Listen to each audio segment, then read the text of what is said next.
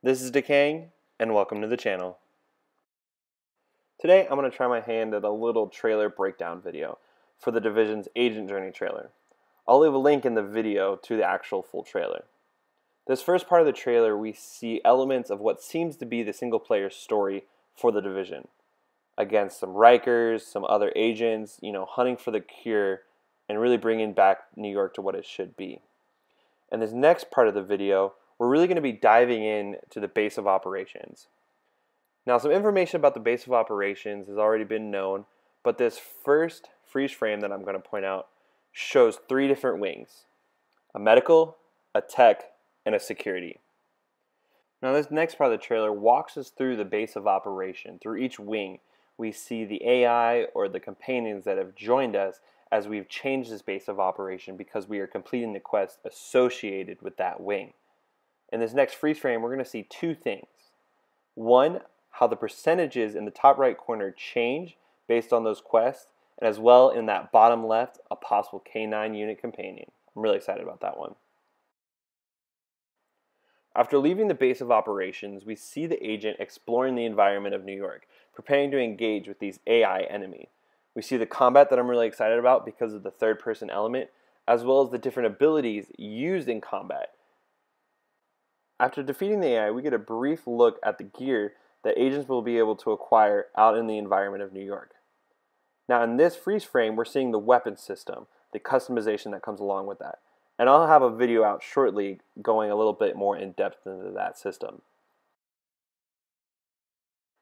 Now, this part of the trailer introduces the multiplayer aspect of The Division.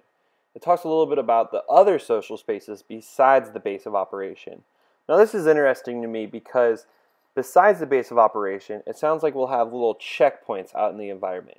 Now, if this will just be like the tower where we'll be able to pick up quests and kind of rest, it's like a little village, or if it's really how we're going to be able to matchmake with other players. And as the agents walk together in this view, it really makes me wonder about the different customization we'll be able to see on the agents. Will we be able to change those jackets, the hats? Are we going to be able to have beards? Now, as we walk into this fire in this different environment, this last part of the clip, I feel like it's really showing off the possible 4-player fire team dungeons, strikes, whatever you want to call them, missions that we'll be able to engage in. I believe this guy with the flamethrower is really going to be some kind of mini boss or an end of the strike boss where we're really going to be able to get that top tier loot. Now, I really hope that we're going to see some 8-man raids, but this is really showing that 4-man cohesion because we never see 2 fire teams or 2 squads together in the same screen. One other thing I want to point out about this part of the video is that really shows the different abilities that the agents will be able to have. We're going to see tanks, we're going to see healers, we're going to see damage dealers, possibly even crowd control for the AI. I think that's really bringing in the RPG element of this game. Now, after they tease the strikes, the dungeons, whatever you want to call them, they dive into the Dark Zone, the revolutionizing PvP that we're going to see in The Division. I've done a video on this, and I'll go ahead and leave a card in the video for that. I'm really hoping for a lot from The Division, and I'm really excited to be able to cover it. This has been really fun for me, and I hope you've enjoyed it as well.